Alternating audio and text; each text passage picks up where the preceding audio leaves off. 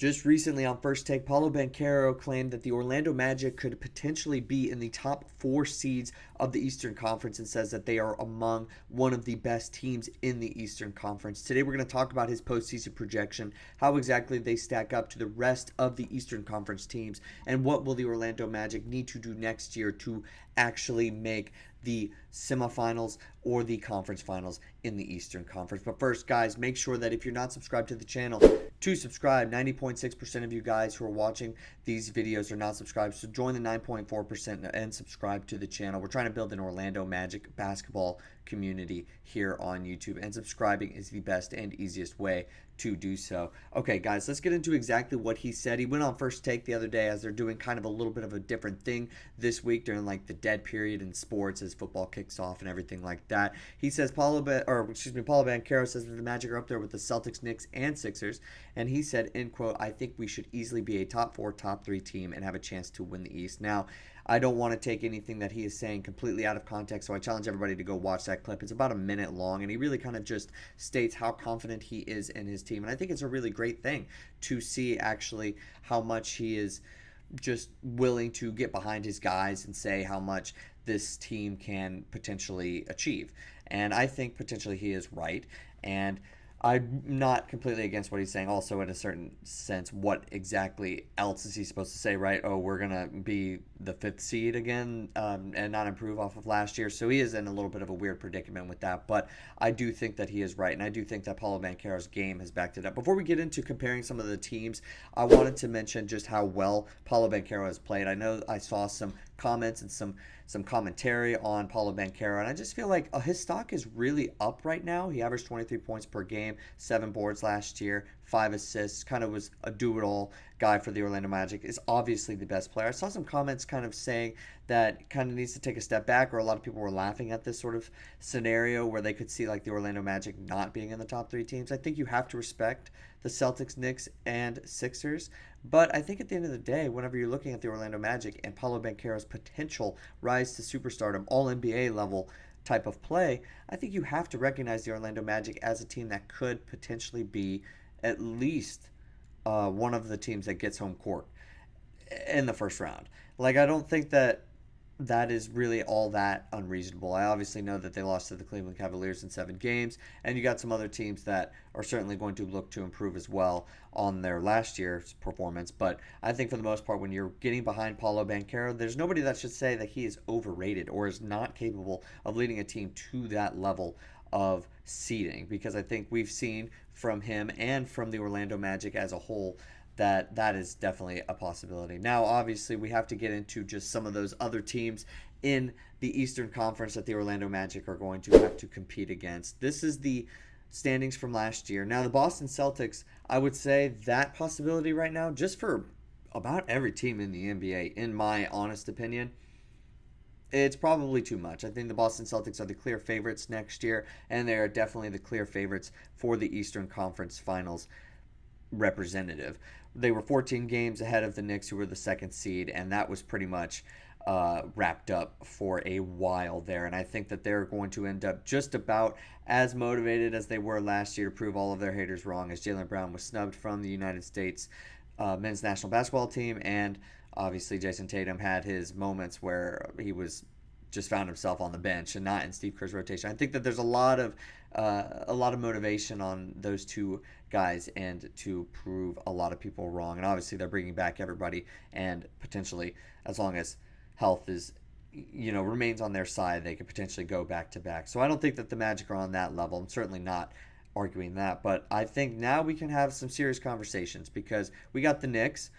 Julius Randle's healthy. I think that team does take another step. I don't believe in his playoff acumen. I don't believe in his playoff history exactly, but I do think for the most part that's a team that can get that 2nd seed again, especially if he can play. They had some injuries too last year, and they obviously dealt some of their top guys mid-season, and they were kind of just trying to figure everything out. I think that team looks really good and would stay, again, right in the mix of things. As long as Jalen Brunson is also healthy for the majority of the year, I think that that's the 2nd seed. Now, the other team that was on there was the 3rd seeded Milwaukee Bucks. I think that that's a team that a lot of people are kind of also overlooking, but Health is their biggest issue. They have not been healthy to end a season since their championship run. It's been either Chris Middleton or Giannis who have been hurt as the season has gone on or in the first round of the playoffs, and that is going to be their biggest factor in success. And they have proven time and time again that you can't really rely on them. I would honestly take, in the regular season, maybe I'm going to say the Orlando Magic. I am very high on the Milwaukee Bucks, though, and I do think that their ceiling is just about as high as any other team's ceiling, especially with Damian Lillard going into his second year. But that is a team that I think that we're forgetting. Now I wanted to get into some of the other teams who are obviously also on this list. The Philadelphia 76ers just acquired Paul George in the offseason. They were 47-35 last year, so only not too far behind any team in the not too far behind Orlando, but certainly just an inch behind the Cavs as well. They're a team that is going to probably improve, and a lot of teams hot pick to challenge the Boston Celtics. I'm personally not exactly super high on the Paul George move, but I do think that for this next year, if healthy, a lot of these Eastern Conference teams, health is the biggest factor in their success. But if healthy, this Sixers team is really good. Their ceiling is, I do think, higher than the Magic. But I will say I am taking the Orlando Magic to finish ahead of them next year because I don't trust any players' health on that team, specifically Paul George and Joel Embiid. I do not trust it late at the end of the season, in the playoffs, and to build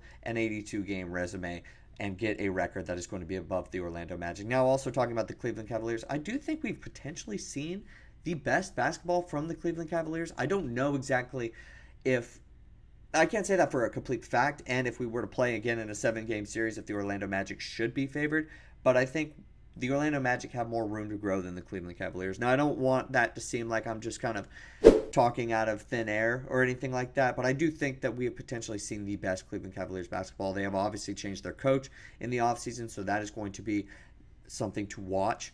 Now, I don't know exactly what that does for them because obviously, like a lot of people have agreed upon, it was felt like a move that was to cater to Donovan Mitchell. So we'll see if they've actually made any sort of improvements from last year. But I do think the Cleveland Cavaliers and the Sixers, for different reasons, are teams that could fall behind the Orlando Magic in the seeding. Now, also the Indiana Pacers team that ended up making the Eastern Conference Finals and were able to beat the New York Knicks out. That's another team that I would say has a plenty of room to grow. Making the Pascal Siakam trade pretty much changed that season trajectory for them. And with Tyrese Halliburton, I think you can kind of bank on him also improving next year. So you got a bit of that veteran experience and the young guys being able to have another year under their belt, similar to the Orlando Magic. I could see them giving the Magic some issues, especially in a 7-game series, but I do think that the Magic are top to bottom more talented, and I would say defensively the Orlando Magic clear. And I will also go a step further and say the Orlando Magic probably clear almost every team on this list here.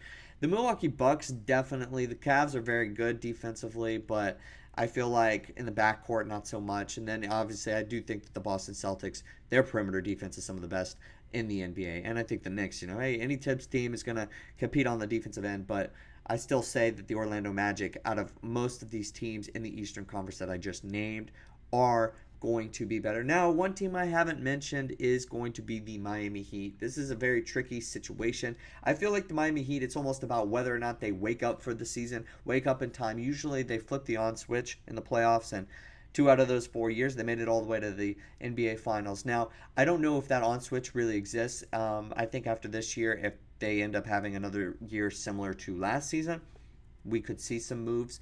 But I think they're going to they're obviously running it back. But I think they're watching that. That front office is watching it. Tyler Hero's been in trade talks for the last 2, 3, 4 years now, it seems like. I don't think that they're going to change anything just yet. But next year, I think that they definitely could.